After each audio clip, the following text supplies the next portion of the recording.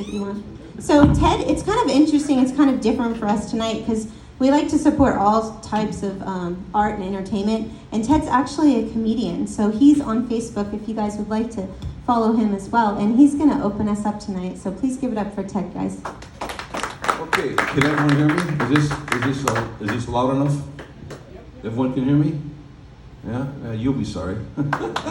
I actually would have been here earlier, but I was stuck on a website trying to order something, trying to convince the website that I'm not a robot. Have you seen this? You seen this? You order stuff now, you gotta click, I am not a robot. You know? What kind of bullshit is that? You know? Well, let me ask you something. You know anyone happens to have a robot running around a house, you know, and a robot who can run your computer no less, you know? Yeah, really. And, you know, on these websites, you know, a lot of people order online after, you know, during COVID and everything else.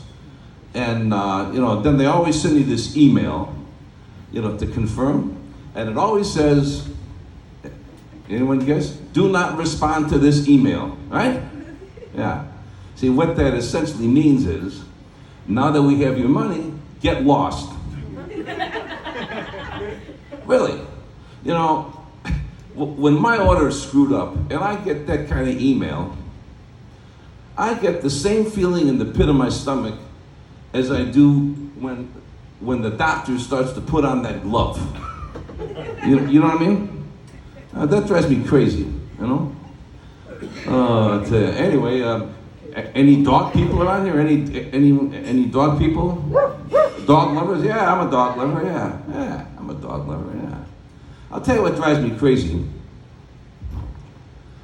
These people who think it's cute to put a picture of their dog as their profile picture. You know? You know, that really makes it nice for a former classmate trying to find you. You know?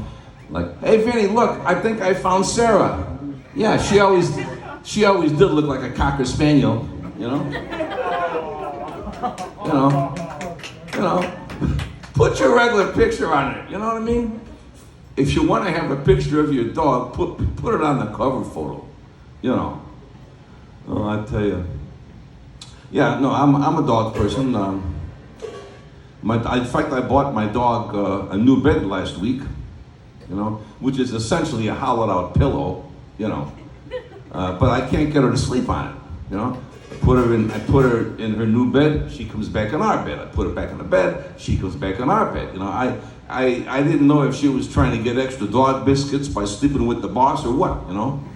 But finally, you know, it's midnight. I'm trying to reason with this animal. And I said, finally, listen, sharing a bed with me is highly overrated. If you don't believe me, ask my wife, okay? You know what I mean? Really. It's unbelievable. And my neighbor just got a dog a few weeks ago. He was not too happy though. I guess he got robbed and I guess he was expecting the dog to protect his property. Yeah, right. Yeah. You know, my dog she would give you my big screen TV for 2 potato chips, you know? And if you dipped it in queso, she'd throw in the computer. You know what I mean? Really. I mean, you know, so my neighbor, he really didn't want, it's his wife that wanted the dog, essentially. You know, it's his wife that actually wanted the dog. And I could tell he wasn't crazy about it because he got, you know, these doggy doors, you know, they can run out. I could tell he didn't like the dog because he put that on the 2nd floor, you know? That's kind of a red flag, you know what I mean? Kind of a red flag. Anyway, had a little procedure last week. You know, do you ever get this from your wife or your girlfriend? You know, it's a birth control deal. You know, it's a lot easier for you to take care of it than me. For you, it's nothing. It's a little quickie, snip, snip in the doctor's office. Nothing to it. It's nothing. Yeah. Bullshit. Bullshit. You know, It's my fault. I should have asked the doctor what he meant when he said he was going to cauterize some things. I said, all right, fine. Do what you got to do. You know, I'm laying down in a hospital, not in the doctor's office, in a hospital, and I'm smelling smoke. And I'm looking up, and there's smoke coming from a specific area. I say, Doc, what are you doing? You know, what are you crazy? And the nurse comes over, she says, well, now, Mr. Dobson, take it easy, just relax. Doctor is just cauterizing the things, whatever the thing. So I said, look, see, what you don't understand, ma'am, is it's hard to relax when you're on fire, you know? The doctor had it was a modern hospital. The doctor had all the equipment, you know, the screens, the zoom lenses, all the equipment, the scalpels, blowtorch, you know. It drives me crazy, you know.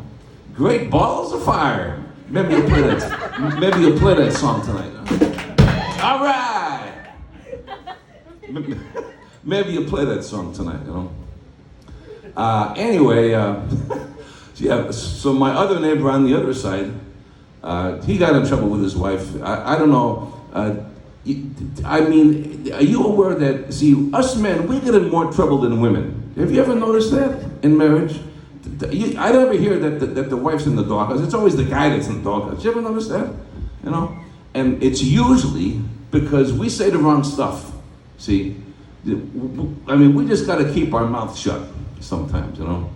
But I had kind of an idea. I said, listen, this way, we're going to kind of solve things. I said, they should run the house like a court, you know? When the guy says something stupid, withdrawn, Your Honor. Strike it from the record, you know? The wife will disregard that comment and not hold it over him for the rest of his life, you know? And